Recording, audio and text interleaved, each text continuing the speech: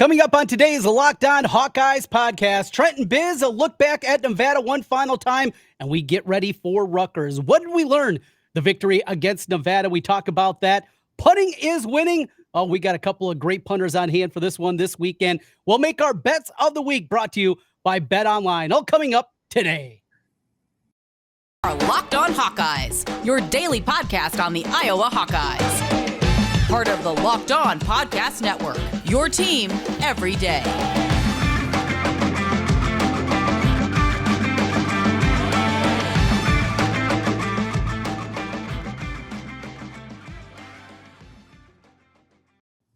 Back with you, another edition of the Locked On Hawkeyes podcast. Trent over here, Biz over there, as we break things down and get ready for the Big Ten opener against Rutgers. Thanks for making Locked On Hawkeyes your first listen each and every day, available wherever you get podcasts. And you can also find us on YouTube.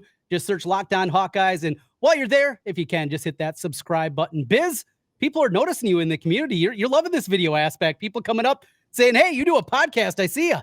This whole video and subscribe thing, Trent, I don't understand the whole YouTube algorithm the way you do, but apparently we hit a magic number because now we are we pop up when people are looking for mediocre Iowa podcasts, apparently, because I saw I still haven't subscribed to our own podcast, but I had never actually even looked at it, but I saw we had an inappropriate amount of people watch our podcast last week. I think people were a little pissed off after that Iowa State loss, and we're looking for anybody to listen to rant and rave for a while.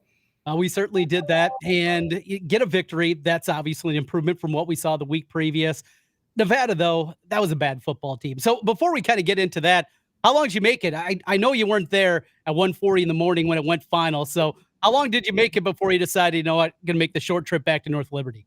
Yeah, we left at the initial clearing of the stadium. And honestly, the reason we left is looking at the radar. I was like, there's no way they're starting this thing back up till midnight. And they shouldn't have. But why they tried it twice, I don't know. But ironically, literally as we were pulling into the my driveway, they talked about that they were going to have it back in 30 minutes. And my son and I kind of looked at each other and like, should we go back? And we actually pulled up the radar again, and I was like, man, if we go back, I honestly don't think it's going to last more than about 20 minutes before it gets postponed again. So fortunately, we did not go back. But it was, just scrolling through Twitter and everything. It was pretty funny to see people wandering in with their dogs and massive, economy-sized bags of popcorn they were handing out, and just random people stumbling back from the bars. 25 years ago, Trent, we'd have had a lot of fun. We'd have sprinted to the bars, got even more drunk, and then somehow wandered our way back into Kinnick and enjoyed it a little too much, probably. No doubt. It was certainly a fun experience, something different. But we look at the actual game and breaking things down and trying to figure out, what did we really learn there? I went back and rewatched the game on Sunday night. It was hard to get a whole lot. Nevada's bad. That's a bad defensive team. The offense certainly looked better, but even rewatching it, there were plays that were left on the field. Not all of them were on Spencer Petras. It was Brody Brecht a couple of different times, maybe turning the wrong way, and just doesn't have a whole lot of game reps at this point in time. Keegan Johnson, he's not going to be available, it sounds like, this week. He just didn't look like himself even when he was out there. There were positives, but I'm just at the point I can't overreact to doing that against a team as bad defensively as Nevada. I tried to do kind of a pros and cons to take away from that game, Trent. I came up with 3 on each side of the ledger. So take of it what you will. But on the positive side, Petras certainly looked serviceable. I mean, was he great? Absolutely not. But that's the Petras I think we were probably hoping for in game 1, which was somebody who can at least, take some shots down the field, use his arm strength, make a play or two. And, he's never going to be the most accurate quarterback in the world. He's always going to be up and down. But, that's, if he plays like that, we'll be all right. I mean, that was certainly a step in the right direction for Spencer Petras. Second, obviously the wide receivers got healthier, which goes in line with Petras looking better because, I mean, just having more bodies certainly helped because we were able to do some different formations and, do some different things. And it was certainly a much more creative offense than it was the first 2 weeks. And part of that's just due to health. And the third positive takeaway is, I know Nevada's not good, Trent, but shutout to shutout. And they were not even remotely close to scoring. I know they attempted a 58-yard field goal or something, but they never got inside the 35 at any point all game long. And that's, regardless who you're playing, that's really impressive. So that's the positive side of the ledger. On the negative side, being in Kinnick for the first 2.5, 2 3/4 games, I knew the O-line was bad, but then going home and seeing it on TV, wow. Well, I mean, wow. They can't even come off the ball like in sync with each other. I mean, there's times when it's I just don't see the O-line getting fixed this year. It's going to be a major problem. And I think the good news is I think the coaching staff knows that at this point. They're going to have to game plan around it. They're going to have to get creative. They're going to have to find ways to, make it work, because that O-line is just not good.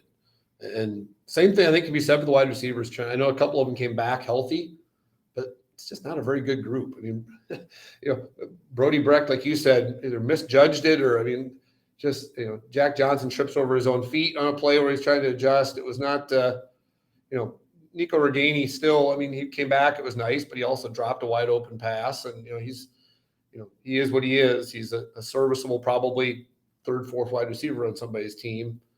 And then the last big concern from the game is, some injuries piling up. Like you said, Keegan doesn't look like he's going to be back. And my big worry is Noah Shannon. I think this team's badly needs Noah Shannon. He's kind of the linchpin to the middle of the defense. And I worry, will he be, is he going to have a nagging injury that's going to be a problem the rest of the year? That's one that scares me, because I really think he's taken a step and is one of those great Iowa defensive line stories where by year 4 or 5 in the program, they're just absolute studs. I thought it was interesting. So we saw, I thought, some big improvement in the run game. Tyler Ellsbury was in there. He graded out very well, and I think that showed on the screen as you were watching it, as he came in at the guard position in the game on Saturday night into Sunday.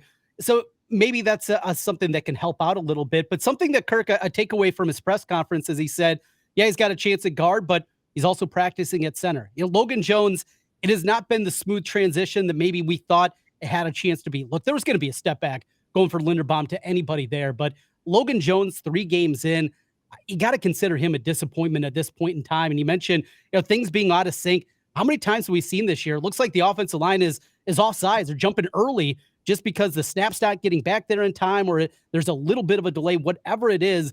Logan Jones at this point, that's been a disappointment. So that one caught my ear, the possibility, Tyler Ellsbury, not just helping at guard, but maybe he'd be the guy that could come in and help out at center. Well, and I wonder a little bit if the offensive line room has been kind of all hands on deck this week. I wonder if maybe Brian has stepped into that room a little more, and maybe even Kirk has a little bit, because, I'm not ready to give up on George Burnett. He's only been there, a year and a quarter. Hopefully they'll, it's a young line. Hopefully they'll mesh and get better. And we'll be talking about, a really experienced, good offensive line this time next year. But I got the feeling from Kirk's comments that maybe he's kind of gotten a little more involved and made some, maybe kind of stepped in. And today, Logan Jones maybe isn't ready to be a center, especially on the road. We haven't had a road game yet. And I worry, you put Logan Jones in a road environment. I know Rutgers isn't exactly the world's scariest environment, but it's going to be a night game, an undefeated Rutgers team. I'm going to guess they're going to have a pretty good crowd there. They'll have 40, 50,000 people there. I truly worry about how this O-line will handle itself on the road. So, it's anybody that watched that game or watched all 3 games and you think Spencer Petras is our biggest problem, really doesn't know football, because the O-line is clearly the biggest problem on this team right now. Yeah, that's been a big time struggle. And you look at even the 2 big runs from Caleb Johnson. That was not that it was immaculate, though the first one, there was a big hole up the middle there. But even the second one, there was maybe one of the few times that Potty Bombs actually blocked somebody this year that led to that one. Ellsbury had a good block on the second one, and then he was off to the races. Caleb Johnson, time to see a little bit more from him. He had a little burst that we certainly haven't seen from LaShawn Williams and Gavin Williams to this point. Yeah, it was odd. Both runs, I felt like he's got kind of that smooth running style. I felt like he never really even kicked it into like full gear in either one of them. I mean, yeah, he's deceptively fast. That's for sure. I mean, obviously, clearly the running back room. I know we had a kid decommit, I think yesterday, but it sure seems like the running back room's in pretty good hands for the next few years. Let's take a quick timeout. When we come back, we're going to go a little bit deeper into the matchup against Rutgers. Punt-a-thon 2022. We'll talk about that. We'll break things down. Rutgers has their own set of issues offensively, including trying to figure out exactly who is going to be the guy that is going to play quarterback for them. A big question mark remains there. That as we continue here on the Locked On Hawkeyes podcast. Stay right there. We're back with more in a moment. Well, as we get older, your body starts changing. Dad bod, well, I got that problem. He's in a little bit better shape than I am. But if you want to feel a little less old, feel like your old self, you can do that, and you can do it with Nugenix, helping us out. Certainly one that you see on the TV and here on the podcast side of things. Remember when winning felt easy? Well, you were younger. You were at your peak testosterone production. What some have called the winner's hormone or man's hormone. Be nice to get back to that winning edge again. Want more energy? To counter the negative effects of aging, Nugenix Total T testosterone booster with testofen will help you turn your back to the clock, re-energize your workouts, get better results at the gym, and help you look and feel like the man you really want to be. While every product possesses quality, many products use generic ingredients. That's not the case with Nugenix. Their formulation has been backed by 10 years of science and research. Nugenix Total T is the #1 selling testosterone booster at GNC. Now, get a complimentary bottle of Nugenix Total T when you text COLLEGE to 231-231. Text now, you'll get a bottle of Nugenix Thermo, the most powerful fat incinerator ever, with key ingredients to help you get back into shape fast. Absolutely free. Again, text COLLEGE to 231-231, COLLEGE 231-231. Message and data rates may apply. Terms and conditions available at nugenix.com/terms. Trent and Biz back with you on the Locked On Hawkeyes podcast as we turn the page from Nevada and we get into the matchup against Rutgers. The Scarlet Knights come in. Before we turn the page, Trent, we have to talk about Nugenix.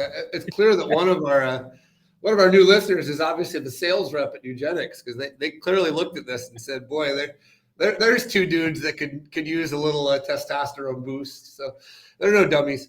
No, absolutely. Yeah, with the video component now, people can really see, hey, here's a couple of guys that need that. And we can become the next Frank Thomases and Doug Flutie's of the world, right? Yeah, I was going to say, when you get Frank on here, Frank's becoming he's involved with Field of Dreams. You get him over here, he can be, he's basically a native Iowan at this point. So get him on here, Trent. We'll work on it. We'll see what we could do. Let's get to Rutgers right now as the Scarlet Knights come in with a 3-0 record. Nice win in week 1 against Boston College. I thought they were a live dog going into that one. They played well, but injuries have piled up. They played 3 different quarterbacks to this point. Noah Vedral, I think people remember him from Nebraska, and last year with Rutgers, he's been okay. I saw an update from today. Looks like if he's going to play, it's going to be very, very iffy. We're not going to know until probably close to game time there.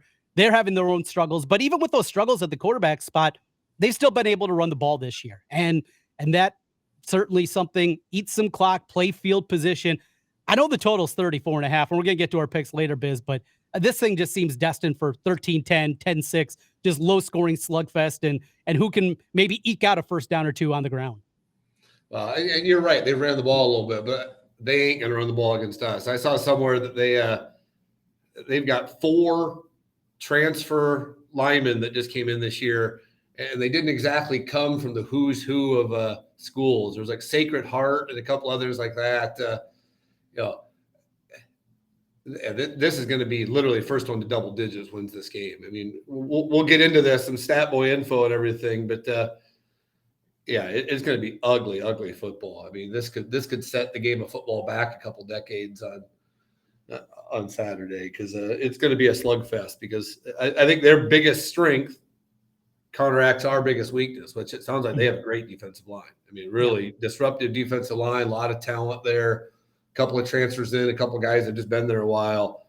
I legitimately worry, we're going to have to find a way to sneak out 10 points, because I don't think Rutgers can score 10 points. I really don't. I mean, I think the only way they're getting 10 points, like I talked about last week, if we give them short fields and we turn the ball over, they might get some cheap points. But I mean, I think you can make a strong argument that Nevada might be a better offensive team than Rutgers is. Yeah. Yeah. It's interesting. You talk about that defensive front, looking at the numbers from Pro Football Focus. They play 8 guys that have all played significant snaps. We talk about obviously the depth of the Iowa defensive line. They do the exact same thing there. They got 3 guys rated in the 70s, which is very good in their grading scale at PFF off the bench. Their top guy, Aaron Lewis, off the edge. 2 guys in the middle are both 78. So we're talking about a high-level defense here. And with those concerns, again, on the offensive line, this one gets scary. Do you anticipate road environment? Have you seen the splits of Spencer Petras in his career on the road as opposed to being on the road? It's incredible. He's only thrown 1 interception on the road. I think it's 8 touchdowns, 1 interception on the road in his career, as opposed to 12 touchdowns and 15 interceptions in Kinnick Stadium. I don't know what to read into that. Remember, 2020, there was nobody in the stands, so maybe that had something to do with it too. But at least interesting looking at those splits. Maybe just easing up a little bit, being on the road and anticipating the boos instead of them just cascading down on him. Well, we'll work backwards here, Trent, because StatBoy provided me with some Rutgers history, which we can get into in a little bit here. But the other thing he provided me was just how good we've been on the road. And, you talked about Spencer Petras, but the team in general, in the last decade, we're 26 and 1, not 26 and 1, but 20 wins, 6 losses, and 1 tie against the spread as road favorites. So when we're expected to go on the road and win, we've not only done very well at that, but we've covered the spread in those games. I mean, we've been kind of road warriors as a team, and straight up in the last 9 years, we're 31-13 on the road. I mean, that's a really good road record. And so and then you add in the amazing stat that, Rutgers hasn't won a home Big Ten game in 5 years or something like that. Yeah. I mean, I do think there's something to the fact that Spencer Petras probably plays a little less nerves on the road. I mean, I think he really wants to please the home crowd and really wants to make a good impression, and he doesn't have to worry about that on the road. And it's kind of this coaching staff, I think the last 5, 6, 7 years has really done a nice job of having us be ready when we go on the road. I remember about this time last year, we went to Maryland, and you and I had a terrible feeling about that game. Yep. And we curb stomped Maryland. And I'm not saying we're going to curb stomp anybody this year. That would be a bold prediction. But I feel pretty good about this game. I just think we're in a good mindset as a team right now. I think we're certainly not going to overlook anybody. I think we're still I still think this offense thinks that they can turn the corner a little bit, and hopefully they can do that with Rutgers. So, yeah, I mean, the numbers don't lie. We've been a really good road team the last 10 years, and when we're expected to win on the road, we usually do. So let's hope that happens again. Continue on. So StatBoy's got some information for us this week. What did he dig up as he went deep into newspapers.com and the old yearbooks? I mean, what a goofball, just sitting there looking at his yearbooks. I love the dude. Well, you told me that we had a bunch of comments last week, so I made the mistake of, you should never, ever look into the comments of anything. Yeah. But I looked into the comments, and one of them really made me giggle because somebody just I think it was a 5-word comment. Who is this StatBoy? So that's a great question. So, yes. He is the glue to this podcast is what StatBoy is. Otherwise, I'd just be making up things. So at least now there's some authenticity to the podcast. So what I had him do, Trent, really simple. Look into the long, luxurious history of Iowa versus Rutgers football. So you know how many times we played Rutgers? Well, recent history is just twice, right? Am I right on that one? Not only recent history, that's all-time history. All-time. So we've played in the state of New Jersey 3 times. We played twice. Do you remember the other 2 times? Well, East Rutherford with the Hartley pick that was picked off on the pitch play and ran back against Tennessee. And what would be the other one? And then same thing. We went back there again and played North Carolina State later on. Oh, in the NC State game. Absolutely. 2 kickoff classic games. So that's it. Yeah. And then Rutgers. So let's dig into the 2 Iowa Rutgers games. Let's start. It's actually, ironically, it will be exactly 6 years ago that we were at Rutgers. September 24, 2016. This will be the 6-year anniversary. And when you dig into the stats of that game, it's pretty eerie because we might see a exact repeat of that game six years later. You remember the final score of that pillow fight 6 years ago? That was 14-7 was the final. Iowa eked out the win, and they're kind of getting gashed, I think, by a receiver, something like that in that game. Does that sound right? Before, I think Iowa broke his leg as he was about to go in for a touchdown. Yep. Yeah, I can't remember his name. Young, kind of like a slot receiver type guy that was abusing us, doing kind of everything. Yeah, he broke his leg and kind of got lucky from that point forward because he was doing a little of everything against us. But yeah, we won on a late Wadley touchdown. But you dig into the numbers, you get a feeling that might be pretty similar. Like I said, C.J. Beathard, a very pedestrian, 12 for 23 for 162 yards, which that feels like about your average your average Spencer Petras game right now. We did run the ball pretty well that day, so let's hope we can do that. But the most important part of that game, and this segues us into what we're going to talk about a little bit, this shows, Trent, that for people that are new to this podcast, we have been a hardcore punting podcast for a long time because 6 years ago, Rockin' Ron Caluzzi put three punts inside the 10 and had a good enough game to be named the Big Ten Special Teams Player of the Week. So we were the official we were on the Rockin' Ron Caluzzi fan page. We were the leaders of that bandwagon from a long time ago. So if people think we're just now jumping onto the punting is winning, we've been involved for a long time. So Rockin' Ron Caluzzi played a major role, just like I assume Tory Taylor will on Saturday. Problem is, Rutgers, they got a punter of their own that's probably better than Tory. He has not had a ball that's gone into the end zone, and they punt a lot at Rutgers since 2020. That's unthinkable. 136 straight punts, that one in the end zone. So. I mean, we saw one right away from Tory. It's going to happen, especially when you're pinning them that deep. Both these guys are outstanding. They're friends. They were in the same kicking camp in Australia, and there'll be a lot of talk about that. And the national media, they're going to be having fun as this thing probably will sit 3-3 going into the middle of the fourth quarter and punting. How many punts in the game? If I had to give you an over on, let's say I put it at 27.5. What do you think? Oh, good Lord. There's not going to be that many. 27.5 has got to be like an all-time. Well, he might be trending that way, doesn't it? I mean, probably.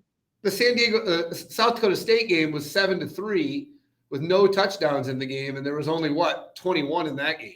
Yeah. So it can't be worse than that, can it? So give me under 21, Trent. It can't be worse than that game. So I'll say 20.5 is our number. I've got the under. You've got the over.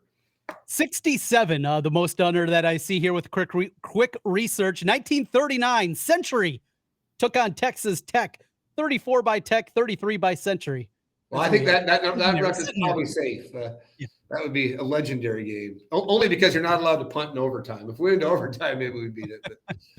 Ooh, that would be. Let's get to the second Rutgers game because it talks about how great Korsick is as a punter. Because if you remember, the second Iowa Rutgers game was 3 years ago. Not much memorable about that game except for the punter. Adam Korsick was there in 2019, and man, did he put on a show in Kinnick. Hawks win 30-0. Rutgers only had 125 yards and 5 first downs, which means lots and lots of punts.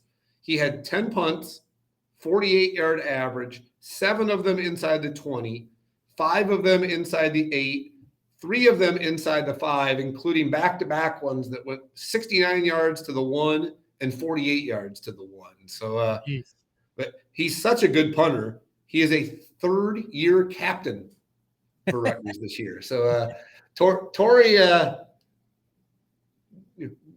we think of Tory as the best punter in the nation, but I guess we'll find out.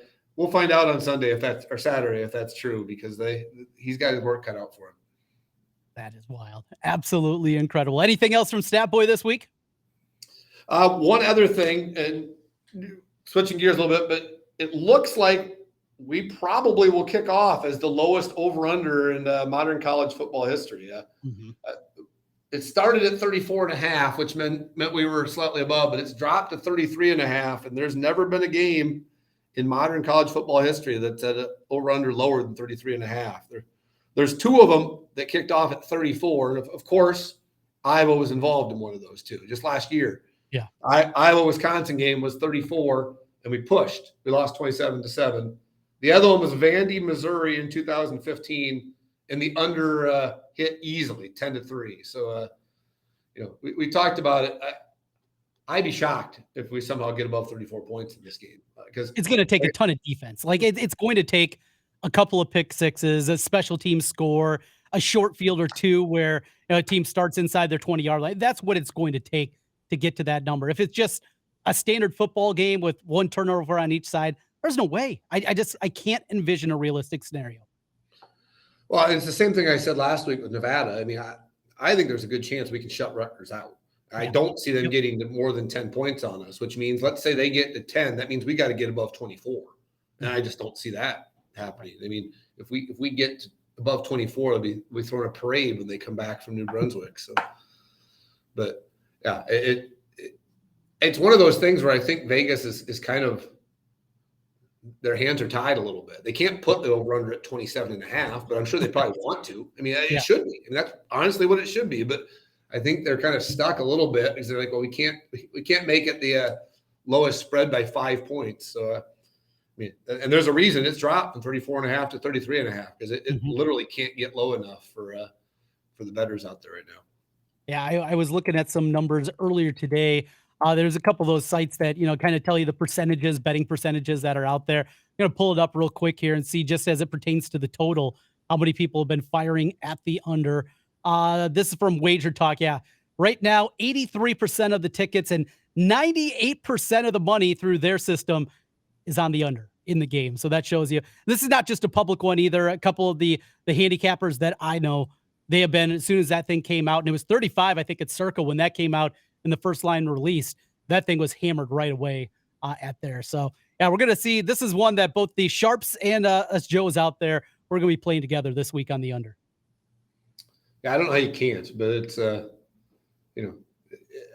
at this point in the year, you'd be foolish to not just ride the wave until Iowa miraculously goes over. I mean,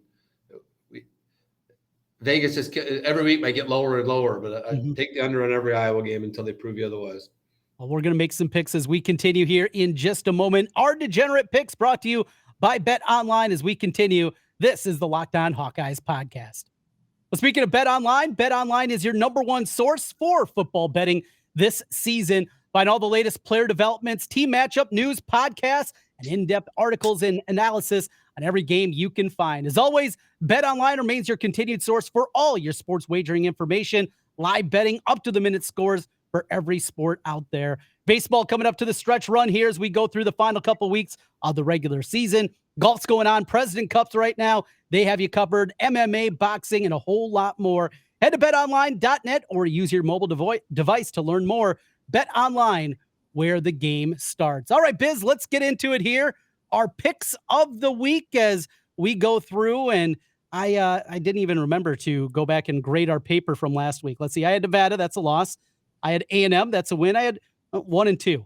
That's not too bad the way that we've been doing picks this year. Yet over in A&M Miami. Good God, Biz. What an awful pick. That was clearly wrong on that. Had the under in the Iowa game. That's a win. And Mississippi State, they got beat outright by LSU. So couple of 1 and 2s fading us. That's my first losing week of the year, Trent. So don't be lumping me in with your mess. So.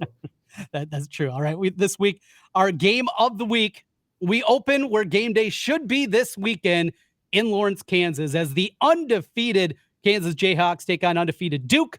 This is not the Champions Classic. This is real football. What do you see here? It's a big number, over a touch. Are you willing to lay over a touchdown with the Kansas Jayhawks? No, I'm not willing to bet either team, but I am willing to bet the under. I think Duke's got a legitimately decent defense. They hired the Elko as a defensive-minded coach.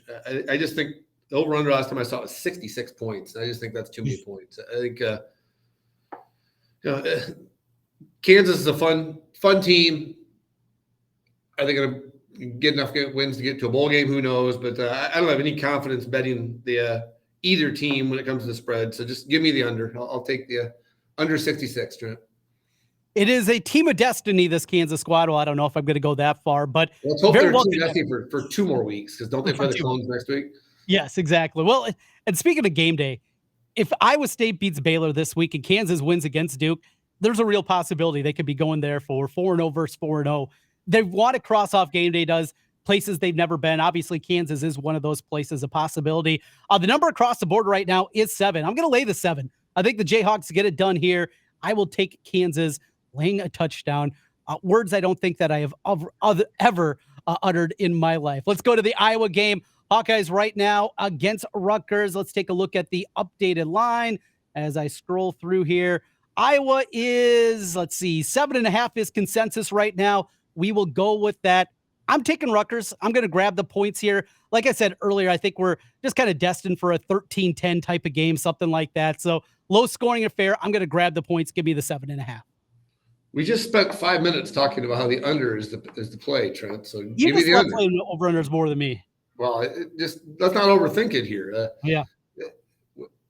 Could we win by 10? Sure. Could we win by 4? Sure. But the one thing I feel very confident about is that neither team's getting to 20 points. So give me the under, whatever it is. I don't care. You can make up a number.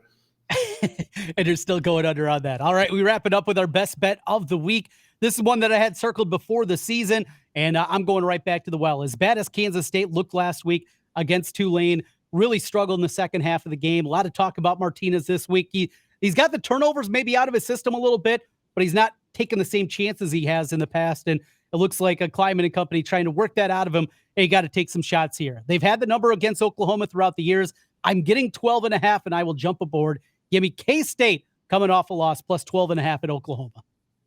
Yeah, I actually like that one as well. But I'm keeping it simple this week, Trent. I think Jim Harbaugh is on a mission to score as many points as he possibly can this year and really put up some style points. And hopefully that won't apply next week when he has to come to Kinnick. But I think they stomp Maryland. I don't know why the spread is as low as it is. It's 17. This has the feel of a 48-10 victory to me. So give me the Fighting Harbaughs at minus 17 at home versus the Terps. Going with the Harbaughs to get it done, go to 4-0, and then get ready for the big nooner coming up 11 o'clock Central Time against the Hawks. That game will be on Fox. All right, those are our picks for this week, Biz. Before we get out of here, though, let's get into Biz's beat without, sadly, the music. Well, Trent, another year and another baseball season goes by without a Mets Twins World Series. My Mets kept up their end of the bargain this year. They already clinched a playoff berth, but I think I saw that Twins officially were eliminated yesterday, weren't they?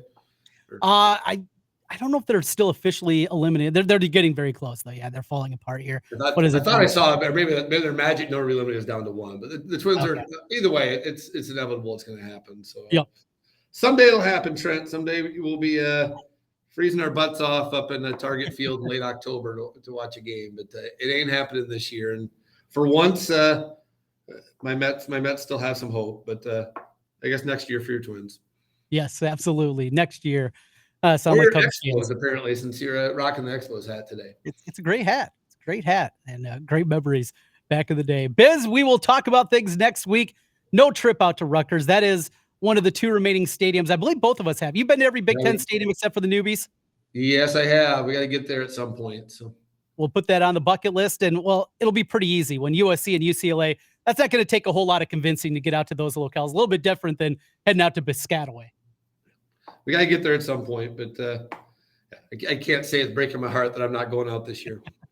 No, it doesn't seem like it's setting up well. We'll break everything down. Be back with you next week. I'll be back with you tomorrow. Myself and LaShawn Daniels get ready for Rutgers. We'll talk more about that running game. What can be done to unlock things? We'll get his thoughts on that. And Kirk earlier in the week talking about zone blocking and the cut blocking again. We'll get LaShawn's perspective on that coming up tomorrow. Until then, for Biz, this is Trent. We'll talk to you again on the Locked On Hawkeyes podcast. Go Hawks.